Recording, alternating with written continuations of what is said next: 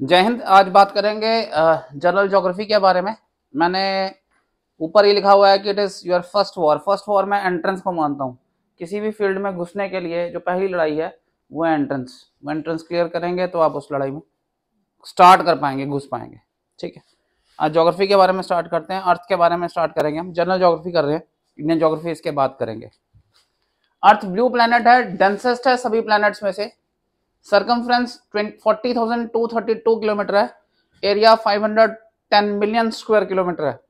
Average distance जो है वो 149 मिलियन किलोमीटर है। 1 मिलियन 10 लाख 10 लाख के बराबर होता है, जिनको नहीं पता। एवरेज डिस्टेंस जो है 149 मिलियन किलोमीटर है। कभी अर्थ जो होती है वो सन के पास होती है, कभी दूर होती है। जो नियरेस्ट पॉइंट होता है उसे पेरिलियन बोलते हैं। जनवरी 3 को आता है। ये डिस्टेंस होता है 147 मिलियन किलोमीटर्स। जब दूर होती है अर्थ सन से उसको एपिलियन बोलते हैं। ये 4 जुलाई को आता है और डिस्टेंस होता है 152 मिलियन किलोमीटर्स। अब मेरा जो क्वेश्चन है वो ये है कि जब अर्थ दूर होती है तब गर्मी क्यों होती है इंडिया में, जबकि जब अर्थ दूर होती है तब तो ठंड होना चाहिए। इसका रीजन ये है कि जब अर्थ दूर होती है तब भी उसका जो इंक्लिनेशन एंगल होता है वो नॉर्दर्न हेमिस्फीयर की तरफ परपेंडिकुलर होता है। अर्थ का जो की तरफ जो एंगल बनता है सन का वो परपेंडिकुलर रहता है। ये जिनको नहीं पता याद रखिएगा, वो परपेंडिकुलर रहता है 23.5 डिग्री नॉर्थ से। ये 0 डिग्री इक्वेटर हो गया, 23.5 डिग्री साउथ तक। Tropic of Capricorn, tropic of Cancer, उनके बीच में। ठीक है जी, इनके बीच में ये परपेंडिकुलर रहती है रेडिएशंस। इसीलिए जब ये टाइम आता है 4 जुलाई, सन दूर होते हुए भी उसकी रेडिएशन नॉर्दर्न हेमिस्फीयर पे परपेंडिकुलर होती हैं, जिसकी वजह से इस टाइम गर्मी होती है। शेप जो है अर्थ की, कभी हमने सेफेरॉइड सफेयर की तरह है, but it is practically geoid. Earth की अपनी एक टिपिकल शेप है जिसको हम ऑब्लेट सेफेरॉइड बोलते हैं। हल्की सी बाहर ऑब्लेट है ये। इसका रीजन क्या है, देखिए अर्थ जो है ना वो हॉरिजॉन्टल के साथ 66.5 डिग्री पर है, राइट। और इस 66.5 डिग्री पे अर्थ की जो रोटेशन है वो ये 0 डिग्री है। 23.5 degree north, 23.5 degree south, right. Earth यहां से फ्लैटन हो गई हुई है। It is flatten towards the pole and is bulged out. ये हल्की सी यहां से बल्ज बाहर हुई है, बाहर की तरफ। So it is flattened towards the poles and it is bulged out towards the equator. इसकी वजह से इसकी शेप अपनी एक स्पेसिफिक शेप बनती है। ये अंडे की तरह भी नहीं है कि बिल्कुल ही एक तरफ से बाहर आ गई हुई है, ऐसा नहीं है। तो हम इसको जियोइड शेप बोलते हैं या ओब्लेट सेफेरॉइड बोलते हैं। जैसे सन और अर्थ का डिस्टेंस वेरी करता है, वैसे ही अर्थ और मून का भी डिस्टेंस वेरी करता है। नियरेस्ट पॉइंट जो होता है अर्थ का मून का, उसको पेरिजी बोलते हैं। ये 3,56,000 किलोमीटर है। और जो फार्देस्ट पॉइंट है वो एपोजी कहलाता है। ये मून का 4,07,000 किलोमीटर है, 4,07,000 किलोमीटर। सो एपोजी, पेरिजी, एपिलियन, पेलियन, ये नए वर्ड्स हैं, इनको याद करना पड़ेगा आपको, राइट। अर्थ की मूवमेंट्स, अर्थ 2 तरह की मूवमेंट शो करती है, वैसे तो बहुत तरह की है। अर्थ अपने एक्सिस पे भी घूमती है, सन के साथ साथ भी घूमती है, और इसके साथ साथ वो हमारी जो गैलेक्सी है, ठीक है जी, उस गैलेक्सी में भी घूम रही है। तो ये तो काफी सारी मोशन है, बट हम 2 मेन मोशंस पढ़ रहे हैं। हम एक पढ़ रहे हैं रोटेशन, एक रेवोल्यूशन। जो अपनी एक्सिस पे अर्थ रोटेट करती है, it rotates from west to east. यहां रखिएगा, हमें सन ईस्ट से आता हुआ नजर आता है, राइट। हमें सन लगता है ईस्ट से आ रहा है।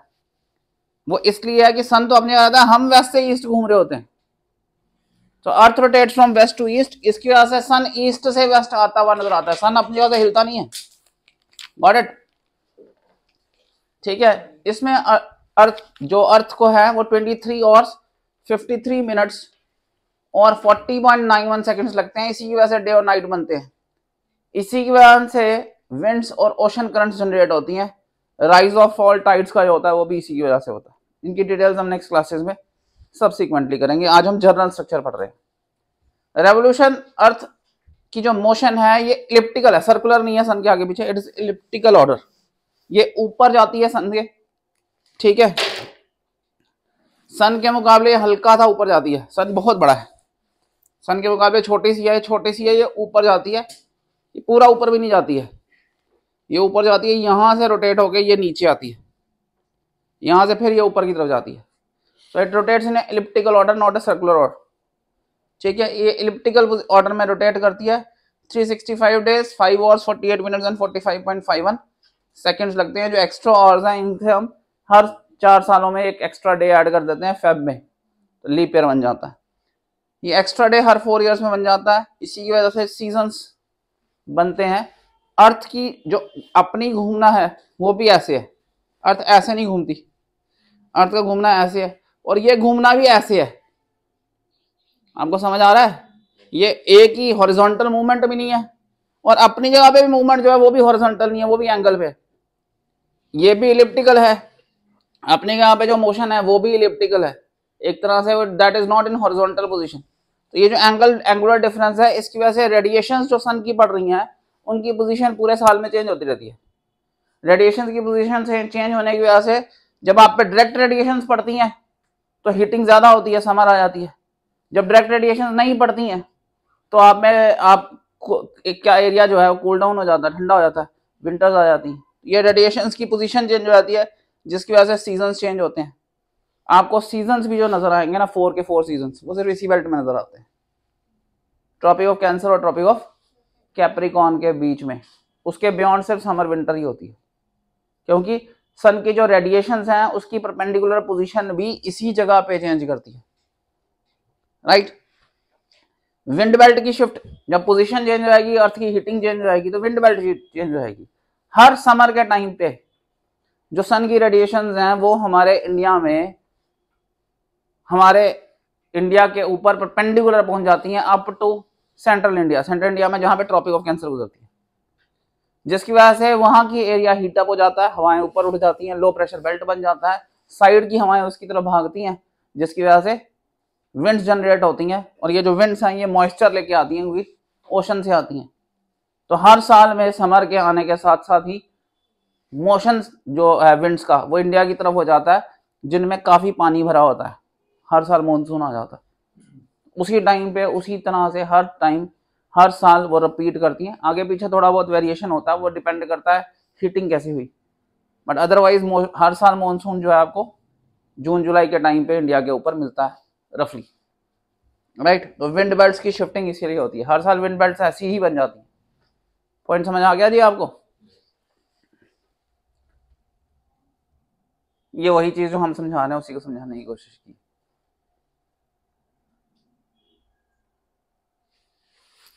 अच्छा, एक चीज और पता होनी चाहिए, ज्योग्राफिकल पोल्स जो है वो मैग्नेटिक, अर्थ के मैग्नेटिक पोल से अलग हैं। जहां हमारा ज्योग्राफिकल नॉर्थ है ना, नॉर्दर्न हेमिस्फीयर में ऊपर नॉर्थ है, वहां जो अर्थ का मैग्नेट है ना वो साउथ है। So where there is geographical north there is magnetic south, where there is geographical south there is magnetic north. इसीलिए जो नॉर्थ साउदर्न हेमिस्फीयर है, नॉर्दर्न हेमिस्फीयर है हमारा, उसका नॉर्थ पोल जो है उसमें मैग्नेटिक साउथ है। जब आप मैग्नेट को हैंग करते हैं तो वो मैग्नेट ऑपोजिट पोल्स अट्रैक्ट, तो वो साउथ की तरफ अट्रैक्ट होता है, मैग्नेटिक साउथ की तरफ। इंडिकेट करता है वो ज्योग्राफिकल नॉर्थ, इंडिकेट करता है वो ज्योग्राफिकल नॉर्थ, बट वो अट्रैक्ट किस तरफ होता है? Magnetic south. फर्क समझ आ रहा है दोनों में? एक्सिस 66.5 डिग्री इंक्लाइंड है हॉरिजॉन्टल के साथ, राइट। इन जोन्स के बियॉन्ड 23 है, जैसे जैसे आप पोल्स के क्लोज जाएंगे, पोल्स पे उनकी इंक्लिनेशन ऐसी है कि यहां से यहां तक घूमने में एक पोल, जैसे ये पेन है इसका ये हेड है, ये पोल जो है यहां से घूमते हुए इधर तक 6 महीने में इस पे ऊपर डायरेक्ट सनलाइट पड़ती रहती है पोल्स के ऊपर। इसके बाद क्या होगा, ये नीचे चला जाएगा, इस पोल पे लाइट पड़ती रहेगी। सो 6 महीने के लिए एक पोल पे लाइट और 6 महीने के लिए दूसरे पोल पे लाइट पड़ती रहती है। ये अर्थ की जो इंक्लिनेशन है सन की तरफ उसकी वजह से होता है। उसकी वजह से एक पोल टुवर्ड्स द सन हो जाता है फॉर 6 मंथ्स, राइट। और इसीलिए वहां पे सन आपको रात को भी दिखाई देगा, यानी रात को भी दिन की तरह ही लाइट होती है। तो इसलिए मिडनाइट सन कहते हैं। ये आपको नॉर्थ पोल पे दिखाई देगा 21 मार्च से 23 सितंबर, और साउथ पोल पे दिखाई देता है 23 सितंबर से 21 मार्च। अगर आप पोल्स पे कभी जाएंगे तो आपके हालात ख़राब हो जाते हैं। रीज़न बीइंग आपकी ज्योग्राफिकल क्लॉक जो है वो आपकी बॉडी क्लॉक के साथ मैच नहीं करती। आपकी बॉडी की एक क्लॉक है, वो रात देखती है, उसको नींद आ जाती है, सो जाती है, सुबह लाइट देखती है, दिन का देखती है तो उठ जाती है, आप उठते हैं। तो आप दिन रात को देखते हैं, उसके हिसाब से आपकी बॉडी बिहेव करती है। जब आप पोल्स पे जाएंगे रात होगी नहीं, हर टाइम दिन नहीं लगेगा, तो आपको घड़ी के हिसाब से सोना जागना पड़ेगा, क्योंकि वहाँ पे टाइम का नहीं कैलकुलेशन हो सकता दिन और रात का। तो आपकी बॉडी क्लॉक बहुत डिस्टर्ब हो जाती है। आपको घड़ी के हिसाब से सोना पड़ेगा, आप सूरज के हिसाब से सो जाग नहीं सकते। पॉइंट समझ आ गया जी आपको? ठीक है जी।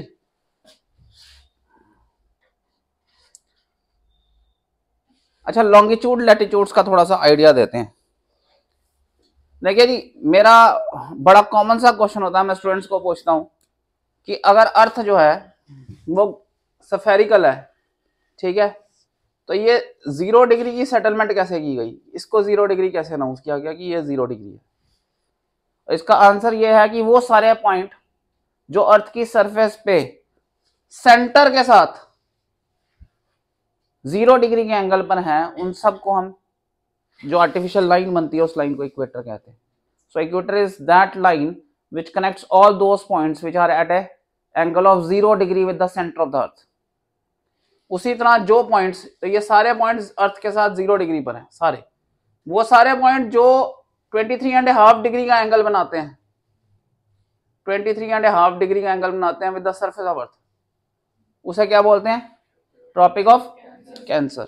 और जो नीचे साउथ की तरफ बनाते हैं उन्हें बोलते हैं ट्रॉपिक ऑफ कैप्रिकॉर्न। तो ये एंगल जो है वो हमने सेंटर ऑफ अर्थ के हिसाब से डिटरमाइन किए हुए हैं। पॉइंट समझ आ गया आपको?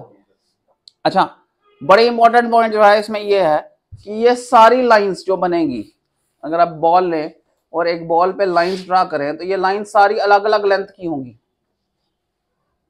राइट? इसमें सबसे बड़ी लाइन जो होगी वो सेंटर में होगी, that equator is the longest. ये सारे अलग अलग होते हैं, इनको हम लैटिट्यूड्स बोलते हैं। क्या बोलते हैं? Latitudes. So equator is the longest latitude. अगर कोई इंसान इक्वेटर पे होगा तो उसको सरकमफ्रेंस ऑफ अर्थ के जितना डिस्टेंस 24 घंटे में ट्रेवल करना होगा। So he will experience the highest velocity at the equator. अगर आप पोल पे खड़े हैं तो 24 घंटे में आपने एक चक्कर ही काटना है अपनी जगह पर, बट अगर आप इक्वेटर पे खड़े हैं तो पूरी अर्थ का चक्कर कटेगा 24 घंटे में। तो आपकी मैक्सिमम वेलोसिटी कहां पर होगी? इक्वेटर पे। पॉइंट समझ आ गया आपको? So you will have the maximum velocity on the equator, because 24 घंटे में सरकमफ्रेंस ऑफ अर्थ के जितना डिस्टेंस ट्रेवल करना है। पोल्स पे तो आपने सिर्फ वही पॉइंट पे घूमना है 24 घंटे। Got it? इसकी जगह जो लॉन्गिट्यूड्स होते हैं वो नॉर्थ पोल और साउथ पोल को कनेक्ट करते हैं। They are longitudes. ये जो ऊपर से नीचे डाले जा रहे हैं ये ऐसे है,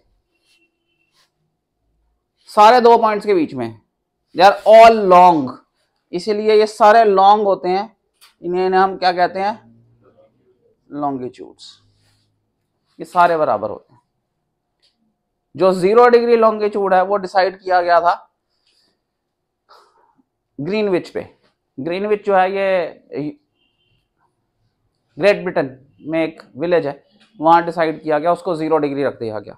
अब अर्थ जो है वो 360 डिग्रीज घूम जाती है 24 घंटे में, तो 1 घंटे में ये 15 डिग्री आ जाता है। तो 15-15 डिग्रीज पे हमने लाइन डाल दी है। अगर हम 0 डिग्री ये बना लें, ये 0 है, तो यहां से 15-15 1 घंटे में 15 डिग्री का फर्क पड़ेगा, 2 घंटे में 30 डिग्री। तो हर 1 घंटा जो है वो 15 डिग्री के ऊपर डिपेंड करता है। यानी अगर मैं 60 मिनट्स लूं तो वो 15 डिग्री है, तो 1 डिग्री कितना हो जाएगा? 60 मिनट से 15 डिग्री कितना हो जाएगा? या 4 मिनट कितना हो जाएगा? वो 1 डिग्री हो जाएगा, राइट? सो 4 मिनट्स में अर्थ जो है वो 1 डिग्री रोटेट हो जाती है। डिग्रीज के अंदर भी आप मिनट्स में डिवाइड कर सकते हैं एंगल्स को, मिनट्स के अंदर आप सेकंड में डिवाइड कर सकते हैं एंगल्स को। तो आप सब्सिक्वेंटली और फर्दर एंगल्स को डिवाइड कर सकते हैं। इंडिया जो है वो रफली 75, ब्लैंक शीट इसी पे बता देते हैं, रब कर लेते हैं। इंडिया रफली लाई करता है 75 डिग्रीज के बीच में और 90 डिग्रीज के। इंडिया 75 से भी पीछे से शुरू होता है, 90 से भी आगे चला जाता है, राइट। सो इंडिया जो है उस पर 2 लॉन्गिट्यूड्स गुजरते हैं पूरे पूरे, और एक लॉन्गिट्यूड के बीच 2 लॉन्गिट्यूड के बीच का डिस्टेंस है 1 घंटे का। अगर आप रफली ये वाला और ये वाला डाल लें तो दोनों के बीच में जो डिफरेंस बन जाता है वो रफली 2 आवर्स का बन जाता है। यानी ईस्टर्न पॉइंट इंडिया का और वेस्टर्न पॉइंट जो इंडिया का है उसके बीच में रफली टाइम का जो फर्क है वो 2 घंटे का है। हमने जो टाइम ले लिया इंडिया का वो सेंटर से ले लिया, यहां से हमने इलाहाबाद से ले लिया, और ये 82.5 डिग्री पर है। 75 और 90 का आधा ले लिया।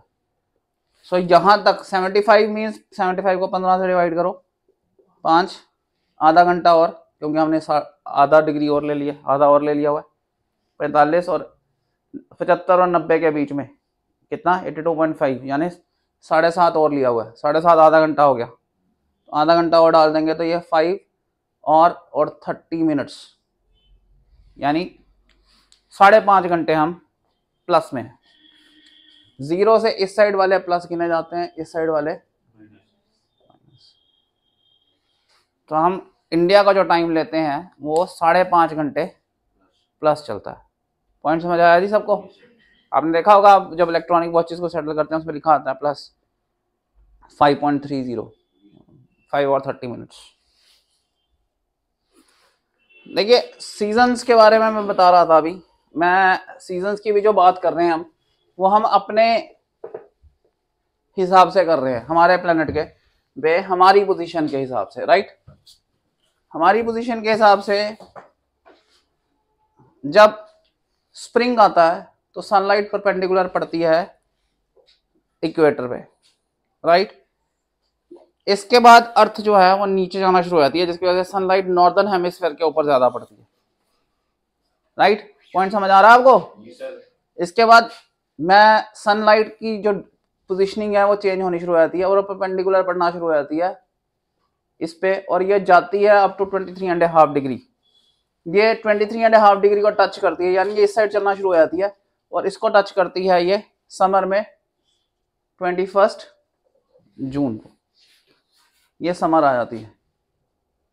इसके बाद टच करने के बाद ये वापस चलना शुरू हो जाती है, यानी परपेंडिकुलर जो रेडिएशंस पड़ रही होती हैं वो वापस आना शुरू हो जाती हैं, और वो आते आते 0 डिग्री को दोबारा टच करती हैं ऑन सितंबर 23।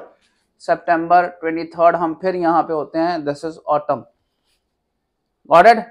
इसके बाद ये रेडिएशंस जो हैं टच करने के बाद नीचे की तरफ जाना शुरू हो जाती हैं, यानी आप परपेंडिकुलर कहाँ पड़ रही हैं, नीचे की तरफ, और ये यहाँ को टच करती हैं ऑन दिसंबर 22। यहाँ से टच करने के बाद ये फिर वापस जाना शुरू हो जाता है, गॉट इट। और ये दोबारा इसको टच करेगा ऑन मार्च 21। आज क्या डेट चल रही है? आज है 13 फेब। 13 फेब का मतलब है हम 22 दिसंबर और मार्च 21 के बीच में। इसका मतलब रेडिएशन इस टाइम परपेंडिकुलर कहाँ पड़ रही होंगी, इस बेल्ट के बीच में, राइट। डेज की वेरिएशन भी ऐसे ही है। जिस दिन अब ये मार्च 21 क्रॉस करेंगे उसके बाद ये रेडिएशन जो है परपेंडिकुलर शुरू हो जाएंगी नॉर्दर्न हेमिस्फीयर में। नॉर्दर्न हेमिस्फीयर के दिन का साइज भी बढ़ना शुरू हो जाएगा। स्प्रिंग में और ऑटम में डे नाइट बराबर होते हैं रफली। जिस दिन स्प्रिंग का डे आता है और ऑटम का डे आता है उस दिन डे एंड नाइट बराबर हो जाते हैं। अभी नाइट ज्यादा होगी क्योंकि हम मार्च 21 से पीछे चल रहे हैं, अभी फेब में है, तो नाइट की लेंथ ज्यादा है, डे की लेंथ कम है। On 21 March they will be equal. After 21 March every day the day size will increase and this will increase up to June 21 जिस दिन longest डे आ जाएगा फॉर नॉर्दर्न हेमिस्फीयर। हम अपनी बात करते हैं, जब हम बोलते हैं लॉन्गेस्ट डे कब होता है हमारा, तो हमारी बात हो रही है, पूरे वर्ल्ड की बात नहीं हो रही है। जब हमारा लॉन्गेस्ट डे होता है तो साउदर्न हेमिस्फीयर में शॉर्टेस्ट डे होता है। पॉइंट समझ आ रहा है जी आपको? आइडिया हुआ है सारा? ठीक है, इसको फिर फर्दर क्लासेस में दोबारा एक्सप्लेन करेंगे। ठीक है, पहली बार सुनेंगे तो इतना समझ लें वो भी बहुत है। सोलिस्टिक्स और इक्विनॉक्सेस जो भी मैं समझा रहा था वही आ गया। वो डेज जब डे और नाइट की लेंथ बराबर होती है उन्हें इक्विनॉक्स बोलते हैं। क्या बोलते हैं? वर्नल इक्विनॉक्स होता है मार्च 21 को, ऑटमनल इक्विनॉक्स होता है सितंबर 23 को। सोलिस्टिक्स होते हैं जब डे की लेंथ और नाइट की लेंथ में सबसे ज्यादा डिफरेंस होता है। जब लॉन्गेस्ट डे होता है और नाइट सबसे छोटी होती है उसे समर सोलिस्टिक्स बोलते हैं हमारे हिसाब से, नॉर्दर्न हेमिस्फीयर के हिसाब से वो 21 जून को आता है। 21 जून को और क्या होता है इंडिया में? India celebrate 21 June as yoga day. और विंटर सोलिस्टिक्स आता है जब नाइट की लेंथ सबसे बड़ी होती है और समर की लेंथ सबसे छोटी होती है। That comes on December 22, right? ठीक है जी। Zones of earth next class में करेंगे। ठीक है, आज इतना ही करते हैं। जोन्स ऑफ अर्थ के बारे में नेक्स्ट क्लास में करेंगे।